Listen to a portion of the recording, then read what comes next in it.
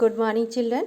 बच्चों, पिछले पाठ में आपने पढ़ा क्रिया किसे कहते हैं। जिन शब्दों से किसी काम का करना या होना पाया जाता है उसे हम क्रिया कहते हैं। और आज हम इस चैप्टर में पढ़ेंगे काल के समय, क्रिया किस समय हुई, ये इसमें पढ़ाते। काल का मतलब होता है समय। क्रिया किस समय हुई या होगी इसका पता काल से ही चलता है। जैसे कल हमारे स्कूल का वार्षिकोत्सव था, बच्चे स्कूल जा रहे हैं। हम कल इंडिया गेट पिकनिक मनाने जाएंगे।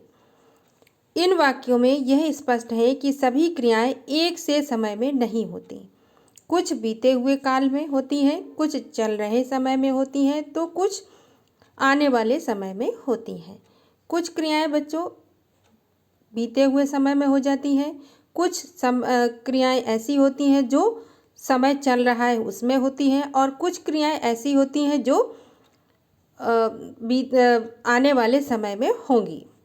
तो इसी के आधार पर क्रिया का काल निश्चित किया जाता है। क्रिया के होने या करने के समय को काल कहते हैं।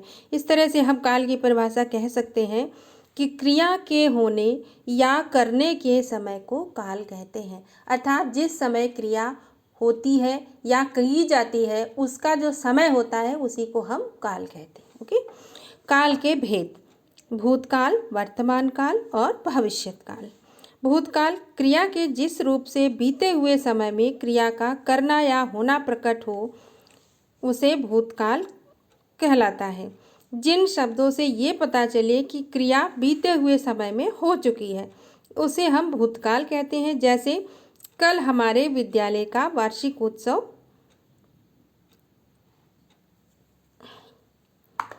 कल हमारे विद्यालय का वार्षिक परिणाम घोषित हुआ। साहिल ने पिछले साल 10वीं कक्षा की परीक्षा दी थी। अर्थात ये पिछले समय में हो चुकी है, तो इसको हम बोलते हैं भूतकाल। यानी जिस शब्द से ये पता चले कि क्रिया बीते हुए समय में हो चुकी है उसे हम भूतकाल कहते हैं। बच्चों, भूतकाल के भेद: भूतकाल के भी 6 भेद होते हैं जो अभी तक आपने नहीं पढ़े थे लेकिन अब आपको पढ़ने हैं।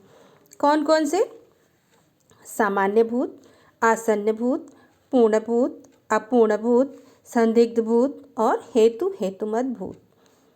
ठीक है, इस तरह से भूतकाल के कितने भेद हो गए? 6।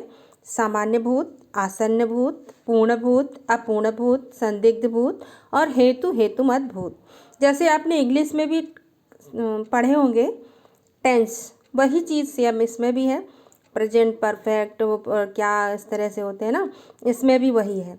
सामान्य भूत: क्रिया के जिस रूप से कार्य के संपन्न होने का बोध तो होता है परंतु समय का निश्चित बोध नहीं होता।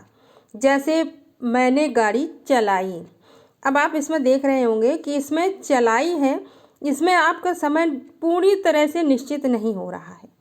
मैंने गाड़ी चलाई, अब इसे समय मतलब प्रेजेंट वर्तमान समय में भी हो सकता है, भूतकाल में भी हो सकता है ना। तो चलाई इसका मतलब ये यहाँ पर सामान्य भूत है। ओके। हमने फिल्म देखी लेकिन काल का निश्चित पता नहीं चल रहा है, तो यहाँ पर सामान्य भूत है। ओके।